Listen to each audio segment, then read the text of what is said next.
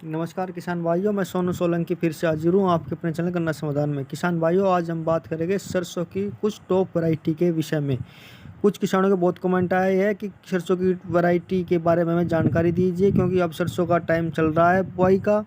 तो इसलिए किसान भाइयों, मैं सबसे पहले बहुत ही धासु वैरायटी है जो कि सरसों की बहुत ही अच्छी वैरायटी है, पाइनर की 45S40 बहुत अच्छी वैरायटी मानी गई है यह, और इसका बहुत ही अच्छा उत्पादन है और यह 125-130 दिन में पककर तैयार हो जाती है।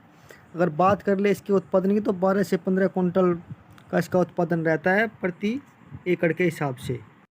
अब बात करते हैं दूसरी टॉप वैरायटी के विषय में। यह भी पाइनर की है 45S47, यह भी बहुत ही अच्छी वैरायटी मानी गई है। यह वैरायटी 120 से 125 दिन में पककर तैयार हो जाती है।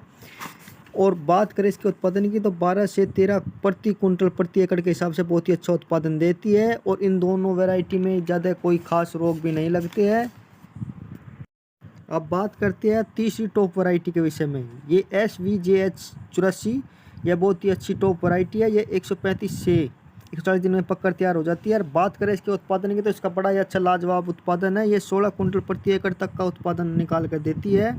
किसान भाइयों, कुछ किसानों का अपनी मेहनत के ऊपर भी डिपेंड रहता है कि किसान कितनी मेहनत करते हैं, कितना उत्पादन ले सकते हैं, क्योंकि जैसा हम गिरेंगे ऐसा ही हम फल पाएंगे।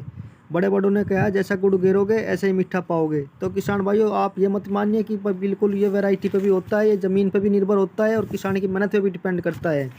लेकिन हमारा उसी टारगेट के साथ है हम कि किसान जो है खर्चा कम करे, उत्पादन अधिक ले। इसलिए मैं आपको अच्छी से अच्छी वैरायटी बताने की कोशिश करता हूँ जिससे आप अपना अच्छा उत्पादन प्राप्त कर सके। बात कर लेते हैं सरसों की अगली टॉप वैरायटी के विषय में। ये एडवांटा की ADV 414, यह बहुत ही अच्छी वैरायटी है। इसकी लंबाई कुछ ज़्यादा रहती है और बीज के मुकाबले, और इसकी फली भी निजड़ती है और यह बहुत ही अच्छी पैदावार देती है। लगभग सभी का 19-20 वो है पैदावार के हिसाब में, किसी का 19 है, किसी का 20 है। मैं आपको बहुत ही अच्छी ज़बरदस्त वैरायटी बता रहा हूँ। और एक इससे अगली जो वैरायटी है वह है श्री राम की 1666, यह भी बहुत अच्छी वैरायटी है और बहुत ही अच्छा उत्पादन देती है। इसमें बीमारी का खतरा बहुत कम रहता है। और एक हरियाणा वालों की है, वह है RH 725। इसमें वैरायटी में एक खास बात रहती है कि किसान भाई अगर इसे एक बार बो लेता है तो इसमें उपचारित करके इसे बार बार भी उपचारित करके बो सकता है। किसानों का दुकान से लाने से पंडा छूट जाता है। मध्य वर्ग की इसकी लंबाई रहती है, बहुत ही अच्छी वैरायटी है ये भी।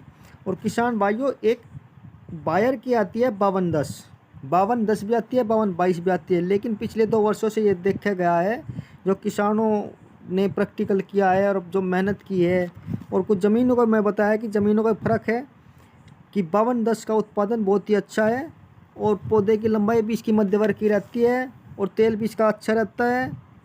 और इसका उत्पादन मैं आपको बता चुका हूँ कि उत्पादन इसका हो या 5210 का हो या 5222 का हो या 45S47 का हो, लगभग इन सभी का ही बराबर रहता है, 19-20 का ही फ़र्क रहता है। ये सभी बहुत अच्छी वैरायटी है। किसान भाइयों, हमारा उसी टारगेट के साथ है कि किसानों का खर्चा कम हो, आमदनी ज़्यादा हो। आप किसी के बकाए में मत आए। इनमें से कोई भी वैरायटी मिले तो आप बेहिचक होकर उस वैरायटी को बोए समय पर और अच्छा उत्पादन प्राप्त करें। किसान भाइयों, अगर किसी किसान भाई को किसी तरह की जानकारी लेना चाहते हो या किसी कुछ बात समझ में ना आई हो तो मुझे कमेंट कर सकता है। मैं पूरा प्रयास करता हूं कि आपका कमेंट का मैं जल्दी जल्दी जवाब दे सकूं। कुछ किसान भाई के काफ़ी कमेंट आ रहे थे कि सरसों की बुआई चल चुकी है, आप हमें जानकारी दीजिए कि हमें कौन कौन सी सरसों की बिजाई करनी चाहिए बीजों की। तो किसान भाइयों, आप बिल्कुल निश्चिंत होकर इनमें से कोई भी अच्छी वैरायटी आपको लगे तो बिल्कुल निश्चिंत होकर उसकी बिजाई करें, बहुत ही अच्छा उत्पादन देगी। सारी मैंने बहुत अच्छी बताई है। किसानों को जानकारी अच्छी लगी है तो चैनल को लाइक करें, शेयर करें, सब्सक्राइब करें, जिससे ऐसे महत्वपूर्ण जानकारी पर मिलती रहे। धन्यवाद।